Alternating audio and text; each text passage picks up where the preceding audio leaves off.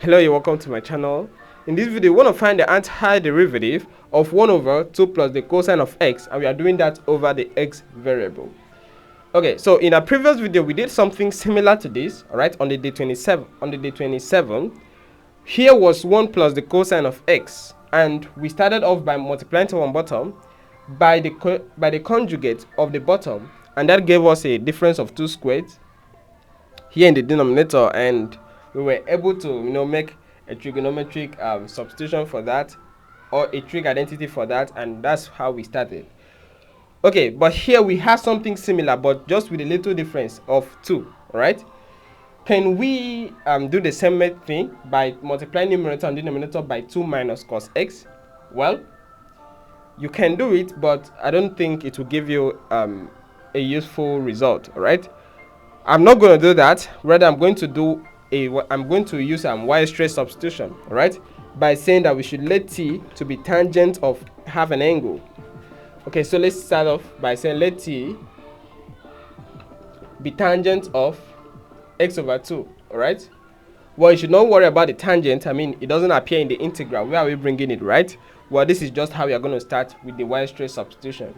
So given that t is tangent of x over 2, we can try to isolate x. We try to make x to stand alone on one side. That would be by taking tangent inverse of both sides and then multiplying both sides by 2, right? So if you take tangent inverse of both sides, you notice that x will be tangent inverse of t, then times 2. So we notice tangent inverse of t, right? It is supposed to be x over 2, but we are going to multiply both sides by 2, which means the 2 will be here. Okay, that is very nice. That means we've gotten x on one side, right? Here we can differentiate x both sides with respect to t. So the derivative will be dx over, there's no point. The derivative will be, well, if we differentiate this, we're going to have 2 times the derivative of tangent inverse of an angle. When you take tangent inverse of t, the derivative will be 1 over 1 plus t squared, right? 1 plus t squared. So you just square the input, and then you multiply this by the derivative of the input with respect to t. So if you differentiate this, you're just going to have 1.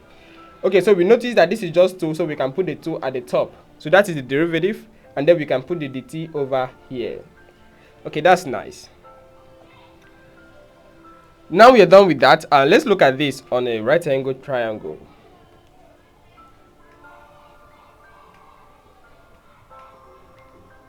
So look at this. You said t should be tangent of x over 2. So the angle here is x over 2, right? Let's put it here as 90 degrees to show that's a right angle triangle.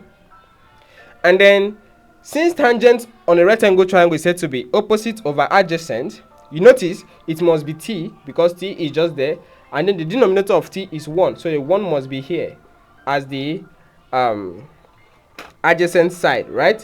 Which tells us that the hypotenuse side will be, using the Pythagoras rule, will be the square of one side plus the square of the other side, right? And we are just going to put the sum under the square root to give us the hypotenuse side, just by using the Pythagoras rule. Okay, so given that means that we can from here find what we call sine of x over 2. We can from here get cosine of x over 2, tangent, and any other trigonometric ratio we want to make use of, or any other trig function we want to find of x over 2 as the angle. But then in the question we have cosine of x, not cosine of x over 2. So how do we get cosine of x from this angle x over 2, given that we can't actually alter the angle by multiplying this function by 2? Well, we are going to recall a trig formula which tells us that cosine of x, that cosine of double angles, right? So let's see, cosine of x can be rewritten as, okay, I'm just going to show you this, it's not necessary. Cosine of x can be written as cosine of 2 times x divided by 2. Okay? That is to say, if you multiply this x by 2 and also divide it by 2, it's the same thing as cos x, right? But you notice here we now have what we call cosine of double angles, where when we have cosine of double angles, we usually have a trig substitution for that, where we say the cosine squared of the angle x over 2, and then minus sine squared of that same angle, right? X over 2. And looking at this on this right angle triangle, what is cosine of x over 2? Well, cosine of x over 2 will be 1 over that, right? 1 over the square root of 1 plus x squared. And then you are going to square it. That means the square of 1 will be 1 divided by the square of the square root. That will just give us 1 plus t squared. That is for cosine of squared of x over 2. And we put this as minus was sine squared of that same angle, right? X over 2. You notice sine of x over 2 will be t over that. That is opposite of our hypotenuse.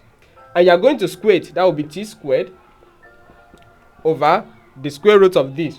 The square of the square root of that, that's just 1 plus t squared, right? And we looking at this, the denominators are the same. So that's 1 plus t squared. Then we have 1 minus t squared at the top. Okay? That is it for the cosine of x. And that's it here. This is equality sign, sorry. So sine x can be gotten in a similar way just by recalling the formula for sine of double angles, which is 2 sine of that angle times cosine of that angle. When you do that, you are going to get this other expression using this right angle triangle, right? Oh, we've gone a long way. Anyway, let's just get on with the integral. Okay, so we get this to be the integral of, I'm going to rewrite this as 1 over 2 plus cos x. Well, from this substitution, we notice that from this substitution, we notice that cosine of x is 1 minus t squared, right? So in place of cos x, we are going to put 1 minus t squared divided by 1 plus t squared. Okay, and then the next thing is for the dx here. All right, I just wanted to push it out front. So dx will be 2 over, so in place of dx, I'm going to put in 2 over 1 plus t squared dt, right? Okay, great. So you notice we are going to multiply this. We are going to have, when we multiply 2 by 1, we just have 2. And since it is a constant multiple, I can put it out of the integral sign. Then at the top, we just have 1 over, well, we multiply this with the denominator, right? 1 plus t squared times 2 is 2 times 1 plus t squared. Then we add it with, well, 1 plus t squared times this other term will be, this and that will cancel, right? These things are the same. We are just going to have 1 minus t squared. And then we can put the dt over here. So let's simplify things a little bit in the denominator. We are going to have 2 times 1, which is just 2, plus 1 will give us 3, right? And then 2 times t squared will be 2t squared. And we are going to subtract t squared from that. That is just 1t squared, okay? And then we put the dt over here. This is plus, sorry. 2t squared minus t squared. That is just positive 1t squared. Okay. So you see what we have now with these two out front. We have this. And this is a well-known form. Okay. Now, look at this. Well, if we have the integral, let me show you here. If we have the integral of, let's say, 1 over a plus a squared plus t squared, right, dt. This is equal to 1 over a times the inverse tangent of t over a.